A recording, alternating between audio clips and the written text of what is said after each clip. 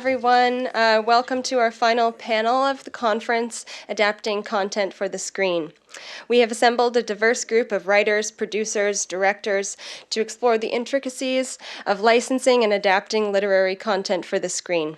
We'll be looking at the challenges and benefits of working with established intellectual property, including dealing with the built-in fan base and how to leverage multi-platform marketing opportunities. Our speakers today are Adam Barkin, who wrote the YTV movie adaptation of Gordon Corman's Bruno and Boots Go Jump in the Pool. He is also currently co-executive producer of Space and Sci-Fi's Killjoys and CBC's X Company.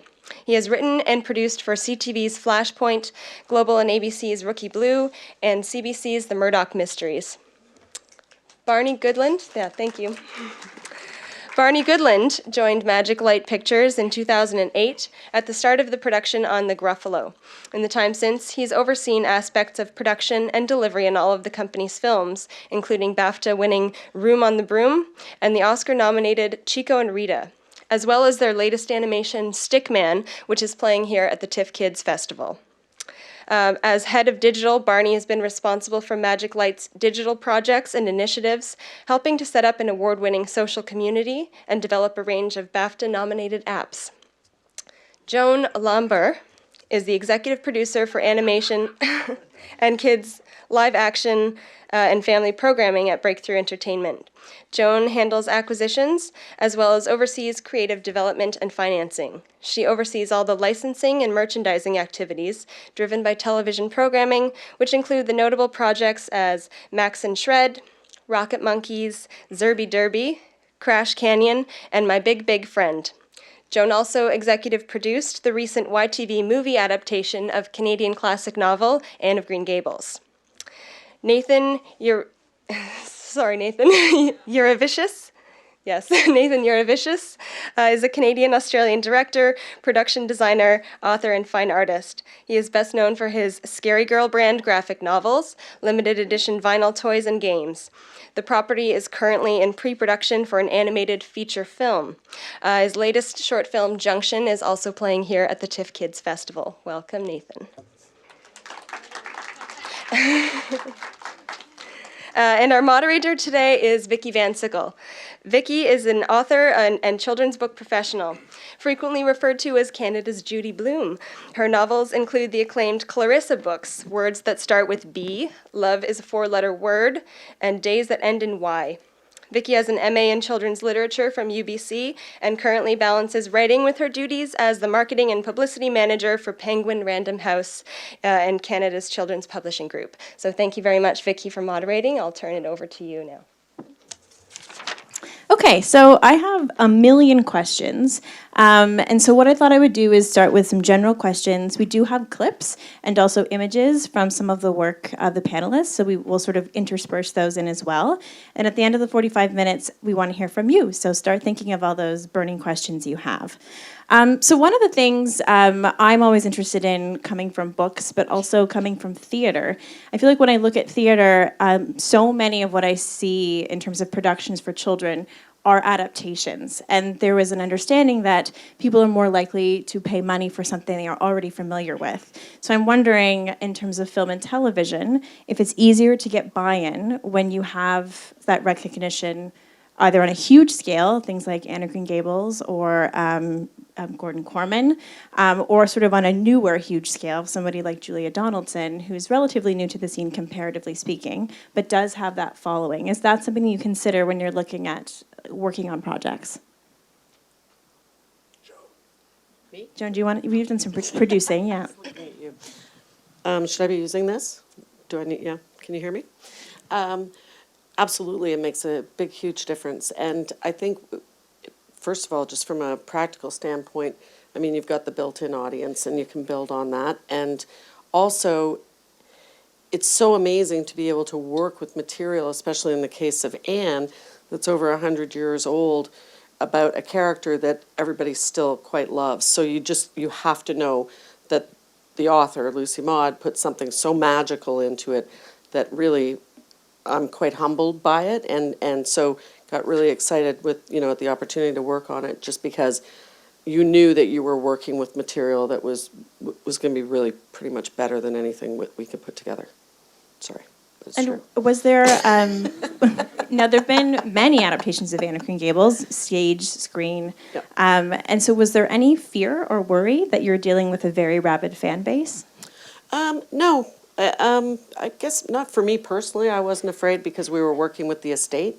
And so the granddaughter, Kate Butler, or Kate MacDonald, is someone I've known for many, many years. And so we had that advantage, and we had that shorthand of being, because we have a friendship, we were able to really communicate, effectively. But also she was there to protect. So it was almost like having this amazing safety net, because no, none of us really felt nervous, because we knew that she would pull us back if we were going in a direction that just made zero sense for her grandmother's work. Actually, it'd be great if we could see the clip now. So for the Anne of Green Gables clip, if we could see that, just so we can have something to reference. Thank you.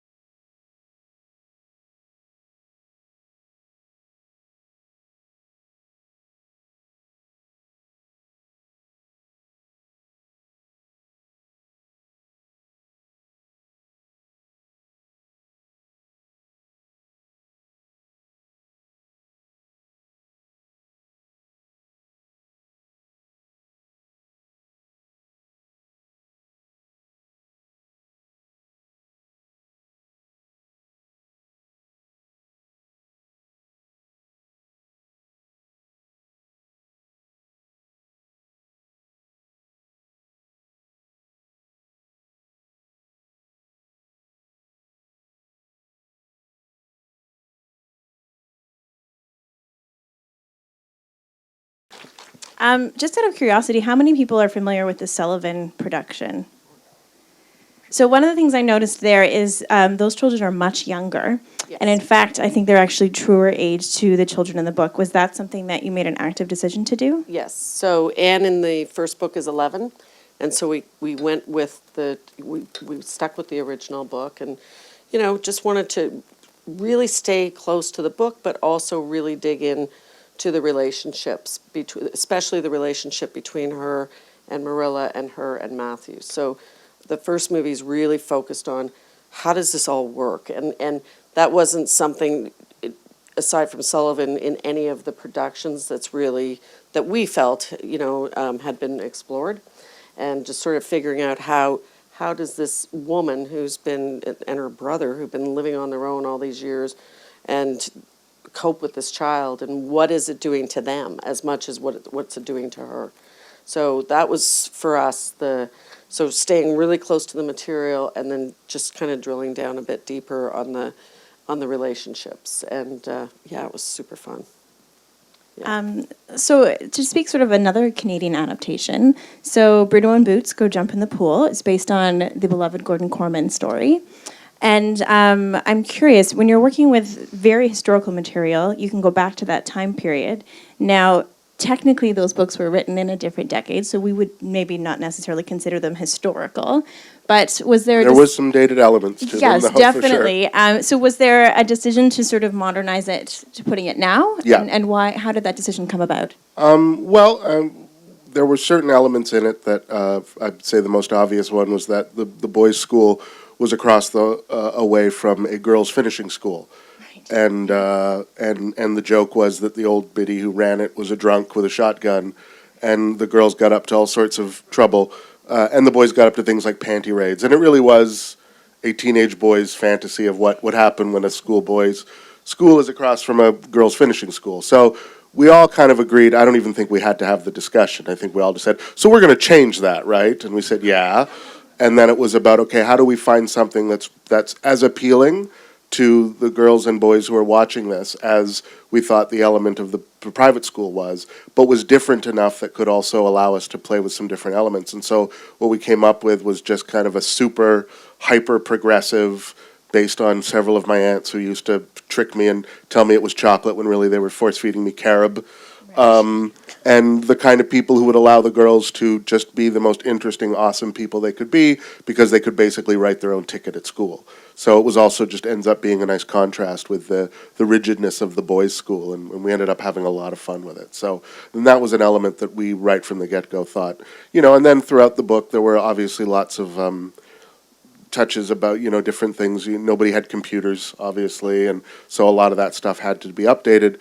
But what we always loved about the book was the timeless quality of it. It felt like something that could be set during any time. So that's what we really wanted to keep. I mean, other than a few little odds and ends, we wanted to feel like it could be any time. And Gordon Corman is still alive and well and writing quite prolifically. Did he have much input, or were you talking to him much during the development of the script? No, not at all. He was off writing a bazillion other books, which is what he does. So we really got the go-ahead from him to, just kind of go crazy, have fun. But then definitely one of the best emails I ever got in my life was when it was forwarded to me that he had read it and thought it was hilarious and loved it. And so I said, great, then we did it. And so he was here to watch the movie just about a month ago, and we had a screening here. And he was great and seemed to really, and appreciated the fact that, the book was the book. The movie was the movie, but as he said, as soon as he saw the picture of those boys, he said, yep, there they are. There's my guys. So That's it was excellent. great. Okay, that's a great lead-in. So could we see the Go Jump in the Pool clip as well?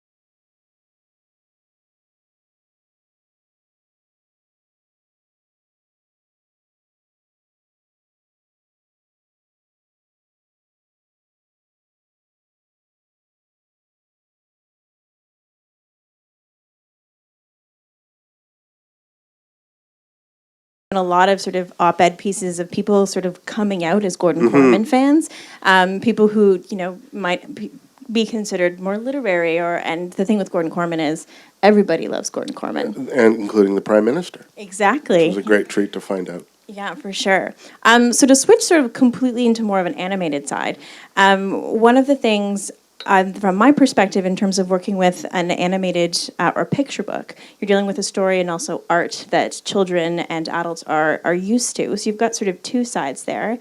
And it strikes me that you might not have as much room for interpretation when you're dealing with that kind of a text. Would you say that's true? Yes, it is in a way, but actually, in other ways, it gives you a lot more flexibility because quite a lot of the world has been visualized for you, which kind of allows you to delve in deeper to that world and think about how you're going to extend it and work with the authors and the illustrator to explore it in more depth. For us with the Gruffalo and Stickman, we are approaching texts that have, in the UK especially, a really avid fan base. And for us to go in and try and change dramatic parts of it to extend them from books that take 7 minutes to read into films that are 25 minutes long would probably be a bit foolish, especially with such a young audience who read these books every night and know them off by heart. So we were very conscious of that when we came to produce the films and we were working on the scripts. And we changed very little dialogue. I think on the Gruffalo we added maybe 5 words at the start of the film. Room on the Broom, actually, the dialogue is exactly the same as it appears in the book. And that means that when the children come to see it, it's as they know it. So for them it's quite a valid extension of the story they know that they've come to sort of love from bedtimes. And hopefully we've extended it for them and given them sort of an extra window into that world. And this can be something that any of you can jump in on, but do you think that's a function of the fact that it is for younger children, and younger children are learning to read, they're learning sort of visual literacy as well, and they like to sort of be familiar with that sort of text? Or do you think that that's just because you've got such great stuff to work with there? Probably, yes, slightly. The thing with the Gruffalo and those books is, as well, they're done in rhyming text, so it was quite hard to wedge in dialogue that would disrupt that. And because they've grown up with them and read them with their parents, there is this kind of inbuilt knowledge of them. So that's not the way it is with all children's books, especially for young audiences, but certainly with the Gruffalo, that's something we're really conscious of and didn't want to disrupt that too much. We wanted it to feel like it was a natural view of the world. Could we see the Stickman clip, please?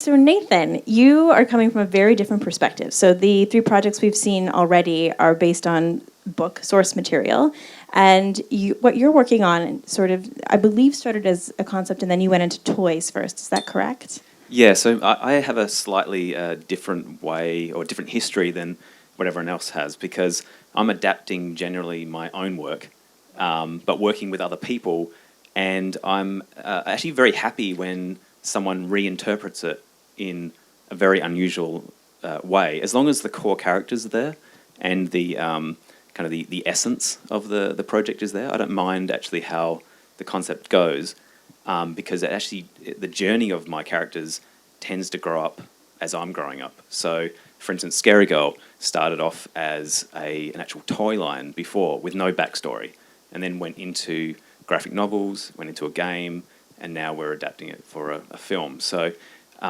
as we've been adapting it over 15 years of different sort of games and whatever we're doing, the character is actually getting older as well. So the character, when it first began, was quite young, sort of around sort of 8, and now we're up to sort of about 12, 13-year-old character.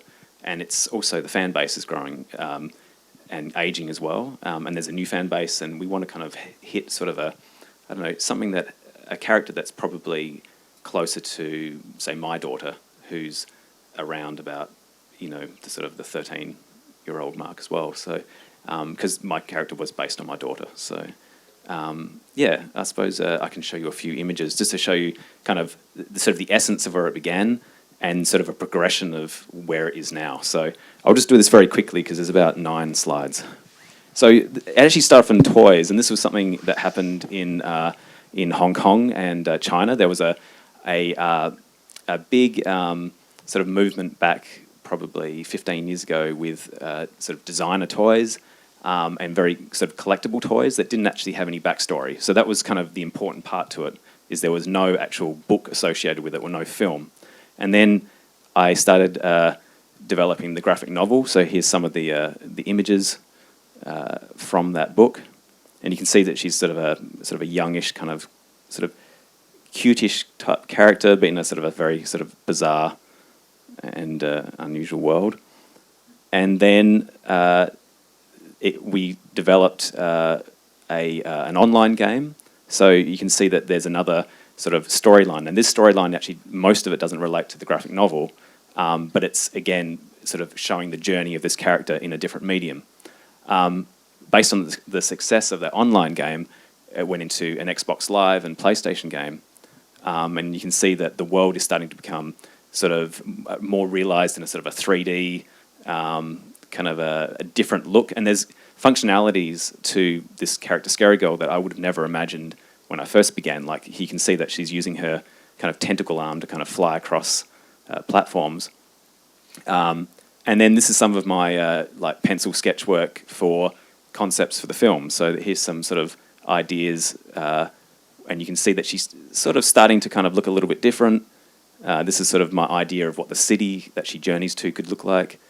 And then this is the last slide. You can see how she's suddenly gone from that initial kind of toy concept and then to the game, the books, and now we've sort of aged her up a little bit here. And you can see, you know, the legs are a bit longer. She's got maybe a little bit more attitude. And this is obviously still a work in progress, but that's kind of where she is now. So just to sort of talk about sort of how it's gone in all these different directions, did you always intend to create this world that had all these different venues, or did that just sort of come naturally and organically as there was interest in the toy and then you were working on the novels and so forth? Yeah, I mean, I think with everything I do, it's something that I usually plan for a big picture concept. So I never look at something as just a toy or just a book. It has to sort of journey somewhere else, because I feel like you know, characters like people have a life. I can't always tell the same story necessarily with just a book or just a film. I feel like sometimes some sort of interaction. I love holding kind of the characters, so having something that's dimensional and tactile is really lovely as well. So yeah, I usually, for everything I do that I've adapted, it's usually a big picture, and it usually involves games and films and, of course, toys as well. I think the idea of having a bigger picture or a bigger world is becoming more and more popular, even in terms of books. Something that's coming out now is if there's a series of books, there'll be a short that comes out between books that you can only get online digitally. And part of it is a marketing piece, but part of it is also part of the world, and fan fiction is becoming bigger and bigger. So I'm wondering, when you're looking at source material, is this idea of how can we expand the world, in what ways can we expand it, which then goes into merchandising and licensing. Is that something you're actively thinking about when you're looking to acquire material or work on material? Anyone? I'll answer it. Okay. It just depends. Like, for me, I mean, I've worked in licensing a lot, and it depends. I mean, I don't want to train my brain to only look at things from that sort of viewpoint, but certainly when there's certain, you know, you see certain things that immediately you say, this will lend itself to all these other areas, great. But then there are those times where you say, you know what, I love this so much, I love the story so much, I love the characters so much, I don't really care about the L&M. You know, you just have to have those moments where you don't, I don't know, for me anyway, just because I come from that area, I don't want to be a slave to it. So, and I find that the most authentic things and the most organic things usually end up, you know, good follows. So that's sort of how I look at it. It's just case by case. I know for us, when I came on board, it was complete serendipity. I was literally reading the books to my son and remembering how great they were, and so called my agent and said, can you find out who has the rights? Does anybody have the rights to them? Because I would love to see it. And he said, apparently somebody's got the rights. I went, I forgot about it. And then about a month ago, Anthony, Leo, and I think Andrew were in my agent's office and saw the book on a desk and said, oh, we just bought the rights to that. So they said, oh, well, you should talk to our client. He's interested in writing it. And we got together, and it was perfect. They had, apparently, though, before I came on board, had looked into the idea of adapting it into a series, into a different kind of thing, and found it just wasn't working. And when I came on board and they said, what would you think of it? I said, look, guys, if you want to turn it into a series, I get it, for just because it makes more probably monetary sense. But to me, those books work as books, and they work as standalone stories. So I said, I would want to do a movie or a series of movies. And they said, well, great, because we've already done down that other road. And we broke it. And then the funny thing happened as we ended up working on it and making it, we realized, like, hey, once you actually get in, you could start seeing other opportunities. But at the beginning, we made that decision to, no, keep it as standalone stories because it just felt truer to the material. From our point of view, actually, it was slightly different.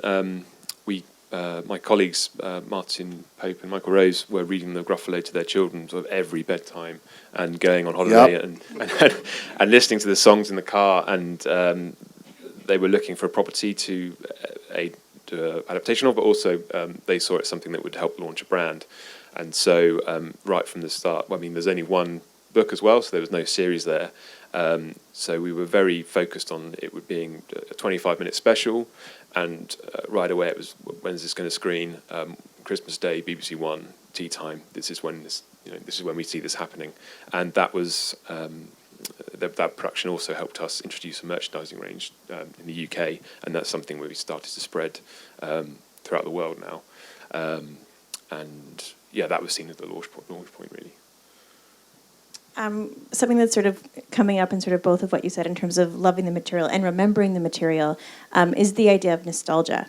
And and we talk a lot in books about the gatekeeper. So the adult is the person who's actually purchasing the book, or a librarian or a teacher is putting a book or putting material in front of children. And is that something that you're also considering when you're looking at adapting things, that adult who's also going to help you get it in front of those children? It was a big part of, when we went in, when it was originally actually with Family Channel, because it went through a series of different partners, I didn't even have to really pitch it, because we went in, Andrew and Anthony and I, and sat down, and Michael, who was there, said, oh, I love those books. So we just talked about how much we loved the books, which was great. That's really the best way to pitch. And right from the get-go, we knew that, and certainly Twitter and everything that's happened has borne it out, including an amazing article in Hazlitt, that Gordon Corman is, while still super popular with kids, it was the fact that I was reading it to my, then 8-year-old son, because I had grown up reading them. And so we knew that people who watched it, there would be that parent and child watching it, and that the parents could just as easily say to the kids, hey, this is something that I used to love as a kid, let's watch it. So it was a really useful thing to know. Yeah, I think with mine it was kind of weird because it was initially kind of adult super nerds who were collecting it, and but they were collecting toys and then not letting their kids initially touch them. So it was an odd thing, and then now those toys have sort of passed down to their kids as they've got older. So as they've sort of hit the sort of tween, early teens, they've kind of said, yes, now you can have this kind of collectible figure that I've been holding for 10 years. And so it's really nice. It's almost like handing like a little family heirloom to the younger generation. So yeah. And then, Joan, in terms of Anne, do you feel like you're introducing Anne to a new generation, or do you feel like you want to give the sort of older generation, the people who've been loving Anne, sort of a gift, or is it a little bit of both? Yeah, it was definitely both. For sure wanted to introduce her to a new generation. The books still are very popular, but we wanted to broaden that. But for us, from the very beginning when we were working with Susan Coyne, our writer, the goal was to just have that beautiful couch time with mom, daughter, grandmother, and just sort of that co-viewing that everybody, it's family viewing. But really, just imagining, I mean, my daughter and I still do it, and we watch, these, Little Women or whatever title, and creating a memory. And so for me personally, that was the objective, is to try to create a movie that ignites, sets off a memory experience. I mean, we all watch Elf every year, and you can probably think of who you watch it with each year.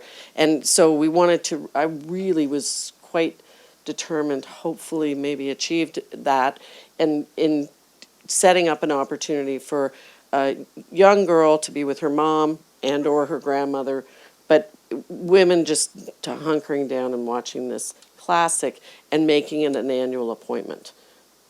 That was the goal. That's what I wanted. I don't know. What do you think, Jamie? Do we do it? So yeah, that's, and it's that memory, right? I just love that kind of viewing memory that you cherish as you grow up, and then you want to pass that along and have that experience with your own kid and keep it alive. So that was the goal. Okay, so I want to touch on the idea then of family viewing or family entertainment, because sometimes there are things that are definitely just kid-friendly and things that are for family. So when you're adapting material, are you looking at specific age groups? The way children often read up. So if you're a 9-year-old, you want to read about 12-year-olds, and if you're 12, you want to watch 15-year-olds. But what they might be doing might not necessarily be appropriate. So are you taking that sort of age range and who's watching into consideration? And does that change from what the book might have been intended for? I got a great bit of advice from a writer I knew who done a lot of work for kids, Brent Piaskowski, and I was just talking about the fact I did it, and I said I'd never written in the kids space before, and so was a little nervous, and said, geez, how do you write for kids? And Brent said, you don't. He said, absolutely do not write this for kids. You write it for the smartest, funniest person you know, and you make them laugh. And that was very liberating for me. There was no sense in this and I don't know if that would work for everything, but for these particular stories, they were supposed to be smart and funny and make somebody laugh. The material wasn't going to go blue, so I wasn't worried about having to pull back on anything. And hopefully we succeeded because, we want everybody to watch it and be able to think that's just a funny story, regardless of age. Yeah, that's the same for us. With everything we're looking at, we're really focusing on the story. And it came up yesterday as well with Bonnie, that that's the thing that you're kind of homing in on, and good storytelling. And that kind of works across all age ranges, really.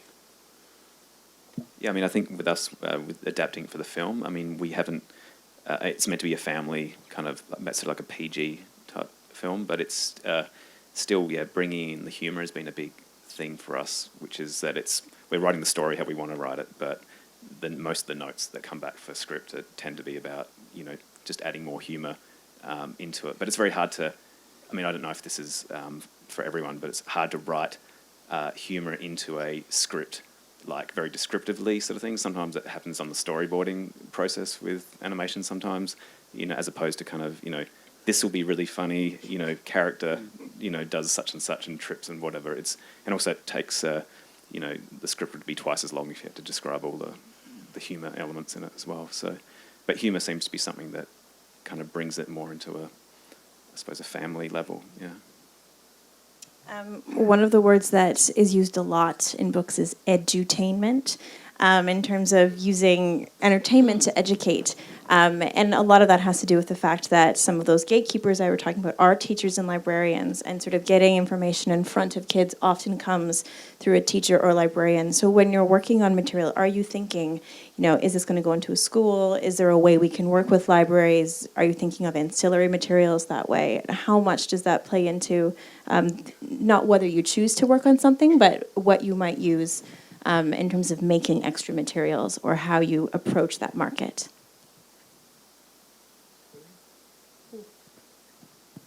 I mean, it flips back the story again, really. It's if you've got an engaged audience, they're going to connect with things. You can't kind of shoehorn in educational factors, it kind of appears naturally. And in working with Julia, you always think that her stories are loaded with themes and lessons and things, but when you talked to her about it, she said, no, not really, this sort of came up quite naturally. So that's more a reflection of her as a person. I think children can tell if you're really trying too hard to fit a message in.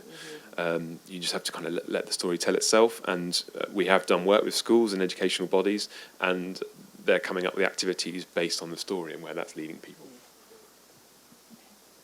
Unless maybe you're applying for certain funding from certain places that require, mandatory, education elements, but yeah, I won't say who they are. Yeah, I feel lucky that I don't think we were ever given a note to make the lesson this or that. I think the notes are always, can it be funnier? Can it be smarter, snappier? Which is great, because I think in the end we're just wanting to make really enjoyable entertainment, and that is a value in itself. And I think especially with book adaptations, it's all about if there are educational elements in the book, in the source material, then yeah. But you wouldn't try to introduce it into, we look for that in television, kids' TV series regularly, working with TV Ontario and CBC. We do all that all the time for kids' series. But for a movie based on a book, no, unless the book is a math book. And then you do a math movie.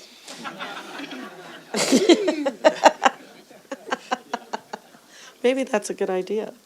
We should do a math movie. So I think I know the answer to this, and I think it might only really apply to your work. But in terms of, has there been an issue where you've run into censorship in terms of being careful of content for either where you're going to be producing it or who you're working with? Has that ever sort of impeded what you would like to do? No, my 9-year-old daughter was shocked at some of the jokes we got through on YTV. She said, really? They let you say wiener? So honestly, no, we as much as we could push the envelope, we tried to make it funny, and sometimes you go, okay, well, can we do a car wash joke with the boys? Let's see. And at no point did anybody ever flag us, because I guess, again, I think it all came across as fun. So I've certainly never had anything like a feeling of censorship. We had something with Anne that keeps rearing its head, is the teacher in the books is dating one of the students, which we felt wasn't going to fly in 2016.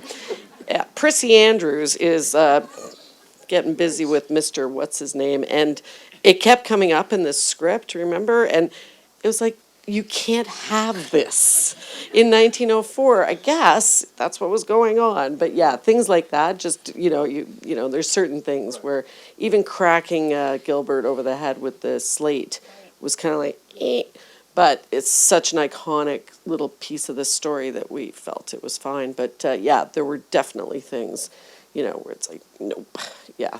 And it's interesting. Do you feel like even though you're working in a historical context, you're still not really allowed to sort of go there? Like you were still afraid to sort of not be able to go back and... Absolutely not. I personally was so not on board with the teacher dating the student. She was 14, Yeah. Yeah, I mean, that was the same for us with the scrimmage girls. Like, the thing is, and thankfully, Corman himself said was, yeah, you changed it, and yet the girls are exactly who they are in the book. Like, in the book, the girls are incredibly strong, really wonderful adversaries and friends to the boys. So changing the trappings around it was just a case of us going, in no way do we want anybody watching this boy or girl to feel put off by what was just kind of a dated thing. So if that's censorship, or if that's, certainly that was us changing it, because in the same way, we're just like, nah, that feels icky. Let's do it this way for the audience. Yeah, I mean, my last project, there was a little bit of an issue with characters dying. I think it was something there was a bit of kind of like, should we see them die, or should it be, how do you treat it? Especially because animation as well, it's kind of, you can get away with it a lot, but there was a question on, like, how many characters can perish in an animated, series or whatever. But I think it's you see it in sort of feature films now, like J.K. Rowling did it with, her books, and it's in the movies where some pretty well-known characters, don't make it through the book. So I think maybe death is something that is, yeah, it's tricky, but, you know, it's probably good to have some lessons in there as well. Yeah. One of the things I find interesting is what exactly is the trigger. So, for example, because of the Hunger Games, you know, which is essentially about children killing each other, those books are read quite young, and yet we often run into, and with anything about sexuality, there can be sort of an iffy, people want to hold the brakes on that, and that's sort of a fascinating thing. I think that we're looking at sort of in the book world, and I'm wondering if that's also the same in entertainment. We have more of a palette for violence, not so much for sex. Which is weird because, I mean, some of my earliest and fondest memories were reading Judy Blume books, which were, you know, in a lot of ways. Yeah, there was Tales of Fourth Grade Nothing, but then there's Are You There, God? And then again, Maybe I Won't, and books that were very frank and open. So I don't know. It is true. When I think of the stuff that my kids are, on the one hand, they learn about it, but it doesn't appear in their stories and fiction as much. Although, again, I think my 9-year-old daughter is very happy with that. She is pretty disgusted by anything that looks remotely sexual on television. So I think she's certainly not clamoring for it. How are we doing for time? Okay. Well, I just 5 more minutes. Okay, I have a few more questions. So another thing I was always interested in is I think that sometimes there's a blanket assumption that if something is illustrated, it's going to be animated. But can you think of an example, or if there's ever been a time where something that's illustrated, like a picture book or coming from a graphic novel, was there ever any consideration to look at something live action, and why might that be or not? We never considered doing the Gruffalo live action. One, it would be really expensive, and I was thinking about this actually, and I think it would have dated it quite quickly as well. The Gruffalo was made in 2009 when it first released, and it's still screening on TV in the UK and worldwide. So it's kind of had a nice lifespan, and that's something we set out to do, is keep something that go on. And also, actually, the illustrations from the book are something that's key to it, and everyone recognises it. So for us to go really far away from them would have been, I think, probably suicidal. And the book illustrations is something we've always worked into the merchandising. We've never used film artwork. It's always gone back to the book. That's the origins of the story for us. And the film was kind of a way to take the story further, but also bring people back to the book and introduce people to what they love about it. In terms of other films that from illustrated books, I guess Where the Wild Things Are, BFG obviously coming up from Roald Dahl, which has some illustrations but not many. So it's been done, and I guess Jungle Book as well, although not illustrated, it really famous heritage from animated film, and now there's two live actions. So it's people are doing it. Yeah, I've always been interested if that's sort of a branding and recognition thing. I mean, even today in Canada, kids will point to Michael Marchenko illustrations and say Robert Munch, but he's actually done a ton of books. But that visual image, especially for young children, is, I mean, they don't know the word branding, and I hate to use that gross marketing word. It's not really branding, but that's how they associate sort of with that, where I wonder that as kids get older, they put themselves in the story, so seeing sort of something live action might affect them differently if it's a Gordon Corman book or Ella Montgomery. Yeah, but it also might be just the content itself. I mean, if it looks like it should be animated, then probably it should be animated, sort of thing. And that's usually what, like the company that is working with me on the Scary Girl adaptation, Passion Pictures, they only do something animated if they think it should be animated. So you'll see something like, an adaptation of, say, like, this is not for kids, but say Ghost World was a graphic novel, but it was made into a live-action film because it didn't really make sense to make that really an animation. I mean, you could have, and it would have looked great, but to me, there was nothing in it that really required animation. Whereas Gruffalo, it just lends itself to animation. Yeah. I will say, in terms of a Gruffalo live action, I used to work at HarperCollins, and we had a full costume. And even these children who absolutely loved the Gruffalo and came to see the movie, ran away screaming from the live sound. And it's huge, like the head is tall. But it was interesting because they recognized it, but there was an element of reality to it that they just weren't quite ready yet. There's a massively popular stage show that tours, and it's regularly in the West End. Okay, so I think we're going to move to Q&A. So we are going to use a microphone. And then I'm also happy to just, if you want to yell it out, I can repeat the question because we are recording the session. Yes, right in the middle there. I'm wondering if you can speak to backlash from properties' built-in audiences, from the original to the adapted content, kind of if you anticipate it and how you respond to it if it's negative. So the question is, how do you respond to backlash from the original audiences from the source material? Do you anticipate it, and how did you respond to that? We fully anticipated it, and especially having Kate on board the estate, because she is so familiar and entrenched with the various associations and organizations that exist around LMM's material. So there are a lot of academic groups, there are a lot of purists. So yes, we anticipate it because even a few years before we actually launched the movie, we put out a press release, and the response was really rough. And, you know, all these purists were coming out saying, don't you mess with Anne, and you know, they're very protective of her as though she's real. And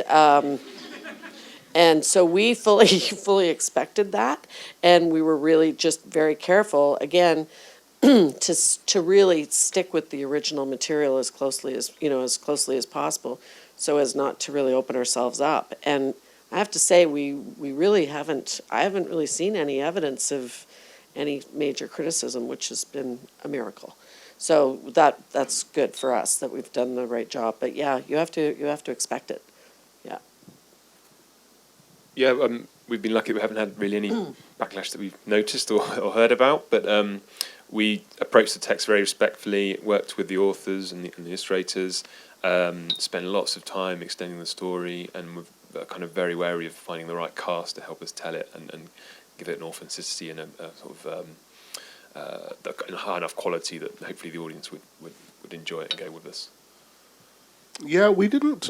I mean, I don't remember ever talking about, we should be careful about it. And I don't know. I think most people, or everybody I ever saw responding to it, to the news, everyone who of our age was just so delighted at remembering the books and then saying, oh, look, there's a chance to see it. You know, the worst thing where it was, I hope they don't screw it up.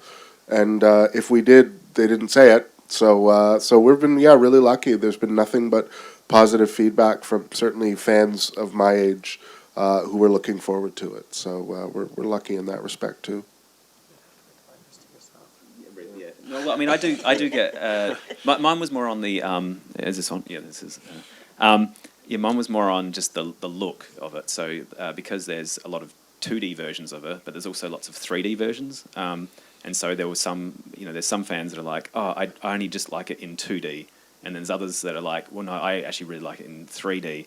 And so, it's just debating on, what the final film was going to look like. But we settled on 3D. But it's, there will be some people that like the original, book in a 2D form. You're always going to have those, the book is better people. They're usually very loud on the internet. Yes, right in the front. I was just wondering, when it comes to adapting your own work for different mediums, what is the process or the mindset that taking it and doing that? You mean why do I choose to expand it? No. I mean, when you take it from a graphic novel to a game or a film or even a TV series, what is the mindset that you go through to translate it from one medium to another? Going through that process. Yeah, I mean, for me, it's I tend to look at what are the new stories I want to tell, and how can I tell that story through this new medium. And so, with the game, I will sit there with the developers, and we'll sit down and go, okay, here's the story, but in my mind, can she do things that she couldn't do in the book that I never sort of assumed, and then we reimagine her. So every new project is a reimagining of this character, but with a thread of the same storyline, and it makes it kind kind of a unique kind of property in the sense that it never gets boring to an audience. It doesn't get boring to me. Maybe that all it is that I just don't want to be bored with the property, so I recreate it. Like even the film, even though it's based loosely on the graphic novel, has a whole different path and extra characters that are added, and that's just because as you get older as a creator, you want to expand things and tell stories that maybe 15 years ago you weren't in the same headspace. So yeah, you probably don't necessarily have to keep true exactly to something that's so old if it's your own projects. It's like you can be precious if you want, but I don't know. I'm such a different person to what I was 15 years ago. Why can't my projects be different as well? Yes, to the mic. My question is for Barney. In Canada, in the Canadian book industry, a lot of authors are being discouraged from writing in rhyme. And a lot of publishers even say, don't submit anything that rhymes. And I personally think that Canada is really missing out on some lyrical magic. So I was wondering if you could highlight maybe some of the challenges with working with a text in rhyme and some of the ways to overcome that so that we can do that too. I guess the biggest challenge was taking a book quite a short book and extending that and ensuring the rhyme works where you've got a longer gap between verse. But I think for us that was one of the reasons we stuck so close to the text, so that the audience, children who grew up knowing these texts and know them off by heart, wouldn't be weirded out if we suddenly added in a load of other words. And the project, we have no sort of qualms about working in rhyme, so I'm kind of surprised that would be maybe a policy or discussed here. We love Julia's text, and we're currently working on a Roald Dahl adaptation, which is one of his books that was written in rhyme, and we find that there's a lot of wit, ingenuity, and kind of humour in those stories because so much effort has been put into the text, and they're really inventive. And one of the things, we really love some of the wordplay, and it's something that I think children benefit from, this creative use of language that you don't always get in texts that don't rhyme. Rhyme kind of encourages you to look deeper and find more descriptive words and things. So it's something that we really enjoy working with. Yes, directly behind. Yes, you. So I'm wondering, I know when you are making an adaptation, you often have to cut things out for you mentioned the censorship at different times, but sometimes you have to cut things out for different reasons, like the book is too long and you don't have enough time for it in your movie or something like that. How do you choose what's the most important and what can go? So the question was, outside of censorship, if you have to cut something in terms of length or for some other reason, how do you decide what stays and what goes? I mean, it just really comes down to what fits in the mode of a TV. For us, it was for a movie. As an example, with us, it was less a case of cutting. The Corman books are not really all that long.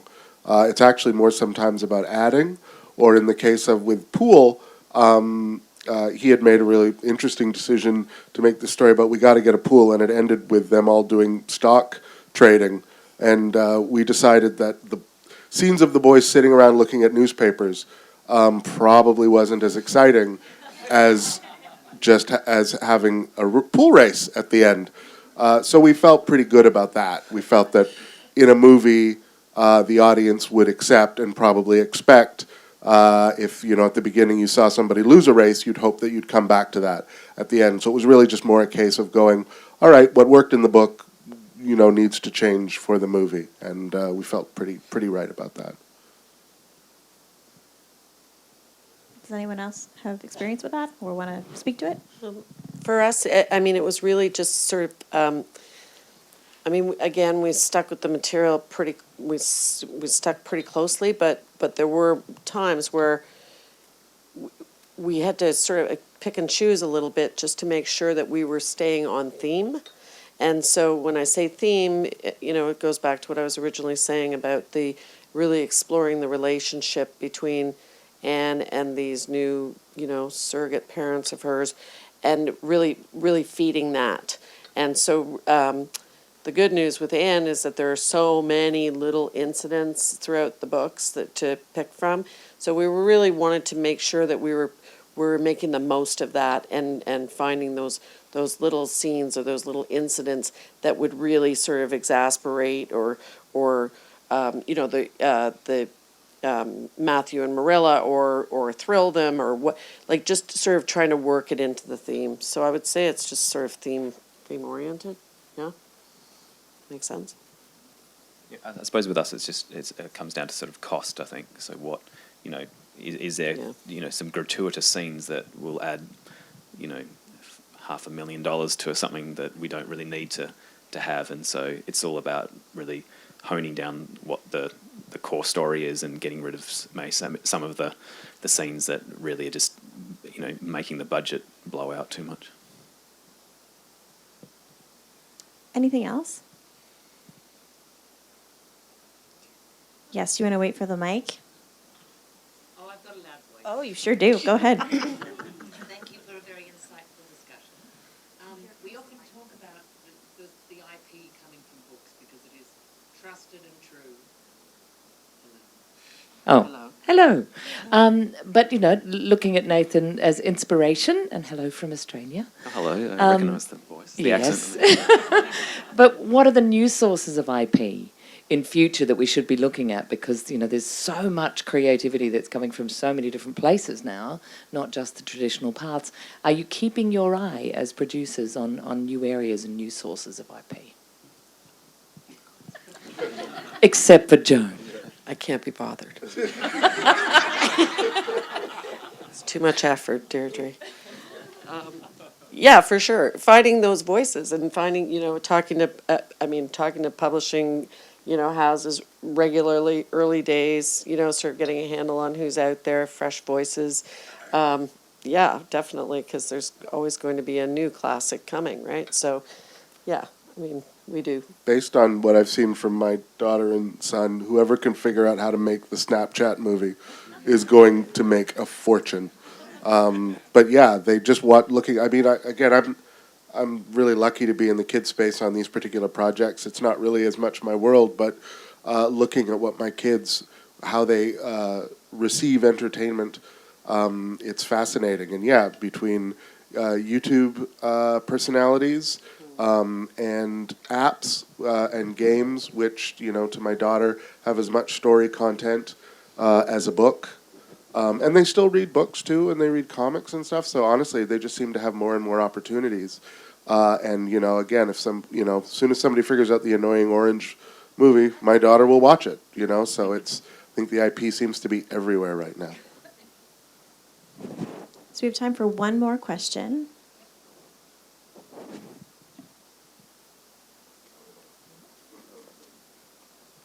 Okay, going once, going twice. All right, so thank you so much for coming and for your questions, and thank you again to the panelists and all the wonderful work you've been doing. And thank you, TIFF.